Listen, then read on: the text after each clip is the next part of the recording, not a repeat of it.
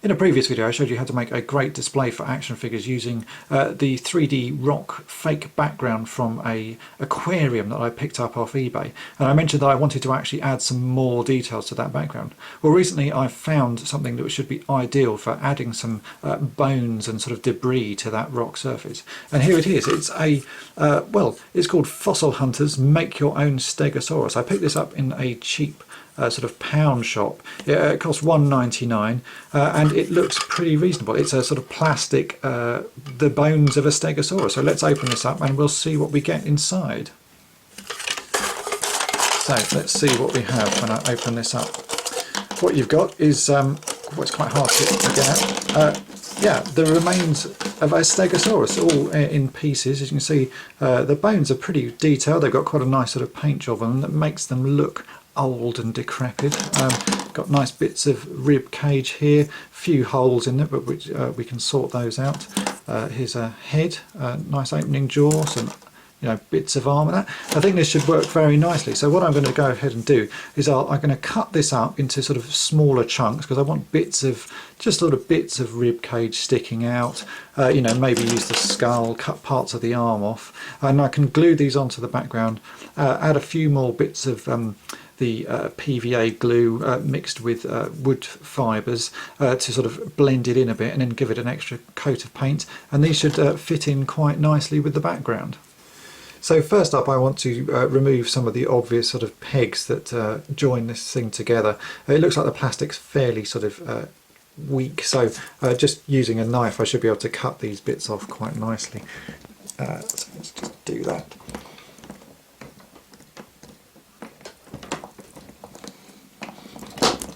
Yeah, there you go. It's fairly sort of soft plastic, and then I can just sort of trim this up just to sort of neaten it a bit. And I'm going to go ahead and do that to most of these bits. And things like this large back section, I'm going to remove the large panels that make this look like a stegosaurus, because I really just want things that look sort of like nondescript bones. So I'll probably cut all of these off and remove that little hole there where the leg would have joined in, and by the time that's stuck into the ground and sort of painted over, it should look pretty good.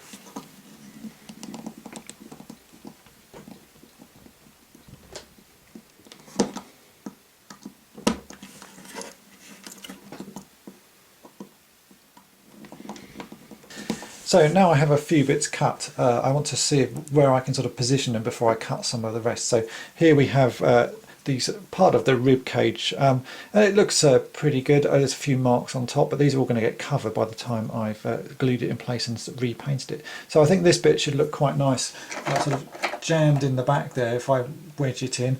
I've got a few, as you can see here, I've got the arms and the head. I'm just going to sort of scatter these around in various crevices like so, and again they'll be glued in, painted over and made to look like part of the background. I just think this gives it a little bit more sort of more interest than it did have when it was just the plain rock surface. So I now have everything cut up into various small pieces and placed roughly where I think it should be. It looks pretty good. I don't want it too sort of dense in any one area, so just little bits here and there. So I've got the odd bone, just sort of a few piles, and then the odd one scattered about. So I'm going to go ahead and glue these all in place, and then once they're dry I'll mix up some wood chippings or sand or dirt or anything like that with PVA glue and build it up around it so it looks like they're actually buried into the ground, and then I can go ahead and paint it with the same sort of paints that I used when I originally put this together, and blend these bits in a bit more so they don't stand out, as at the moment they're a little bit bright on the background. So let's get the bits glued in place. So now I'm going to glue these bone bits in place. I'm just going to use some PVA wood glue, as this is the same stuff that I will be mixing with the wood chippings. And it dries pretty clear and hard, so it'll do the job quite nicely. So let's get these bits glued in place.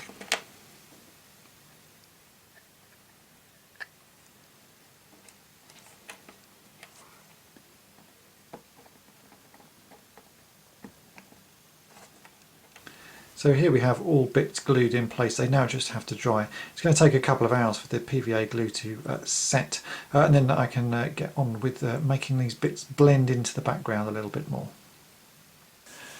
So it's a day later. I let the glue dry overnight, and now all of these bones are firmly stuck in place and are looking pretty good already. So the next job to do is to sort of blend them into the background. I'm going to use the same technique I used when I joined these two bits of rock texture together. So what I need is, well, what I'm going to use is cat litter. This is fresh cat litter, not been used by the cat, just straight out of the bag, and you put a bit of water in it, and these small wood pellets break down into sort of fine fibrous bits of wood. So if you mix that with some normal PVA wood glue, you get a sort of mixture, a bit like well, tuna mayonnaise, something like that, and you can then sort of spread it in, build up sort of layers of detail and make it look a bit more rocky around the bones, and blend them into the background a bit more. So just going to put a reasonable amount of PVA glue in there, and then mix this up. And here we have it all mixed up, and as you can see, it does look quite a lot like tuna mayonnaise. So now, using my screwdriver, I'm going to sort of carefully blend this in around some of the bits of bones to make them look like they're sort of part in the rock, part out, and we'll let that dry, and then I can paint on top of it.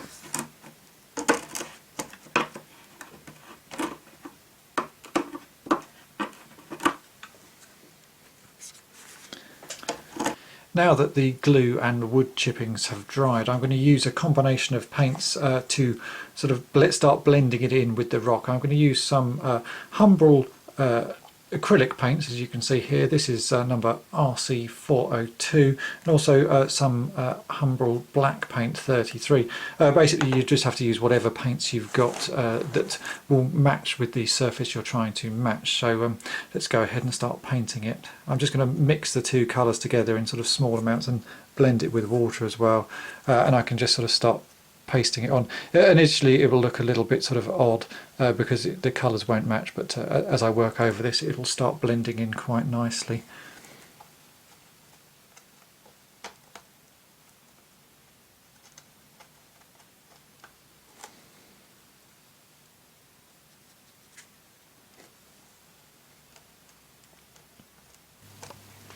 So you can see now I'm starting to blend in the paint. I'm covering up the bone colour, the really light bone colour, just with a sort of very loose wash of acrylic paint.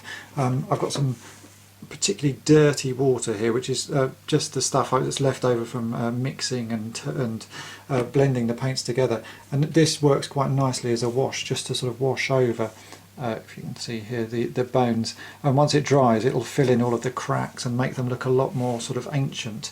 It's going to produce quite a nice effect, so I'm just going to sort of do this over all of the bones while I'm doing the first coat of brown, just to fill in most of it. As you can see already, they're starting to blend in quite nicely with the background. So that's the end of the first pass. As you can see, I've blended in the bones with a sort of an initial wash, so they're a lot darker, there's a lot more detail on them, and if you can see back here on these areas, they actually look like they're going into the rock and sort of blended in a little bit. If you look over at the rib cage here, you can see that I've done quite a lot of work around that, so it looks like it's actually part of the rock rather than just sort of sitting on top of it. Once all this paint has dried, I will come back and I will do another coat of paint in a few different colours and try and get some of the rest of it finished and blended in a little bit more. Now that all the brown paint has dried, I'm going to use some green, again Humbrol paints, this is number 30, and a mixture of that with the black to sort of blend it in a bit more, continue some of these mossy lines that are on the original bit of rock, sort of continue it around and just generally break up the brown that I've painted on, just to give it a bit more of a realistic look. So let's go ahead and do that.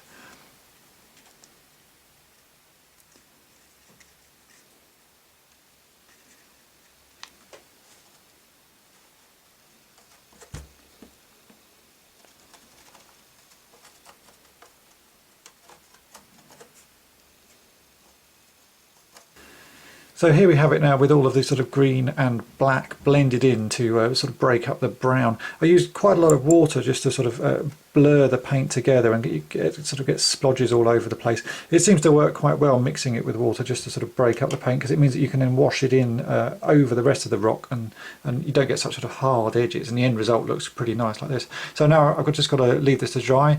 I might do a few more touches up just if when it dries, if it looks a bit odd, but otherwise this is good to go. So I'm going to get some action figures on it and light it up. And here we have the finished thing. As you can see, the bones actually make the background just look a lot more detailed, and even just adding a couple of action figures and some very basic lighting, it really looks good. So I'm going to go away now and do some sort of full setups, add a load of characters onto this, light it, and take a few sort of more test photos. But the overall effect is considerably better than it was to start with, and this cost all of £2. Just finding a cheap plastic skeleton in a sort of £1 or charity cheap type shop, you can stick it on, and with a small amount of paint, it makes a whole lot of difference. So that's my second pass on this diorama background, and thanks for watching.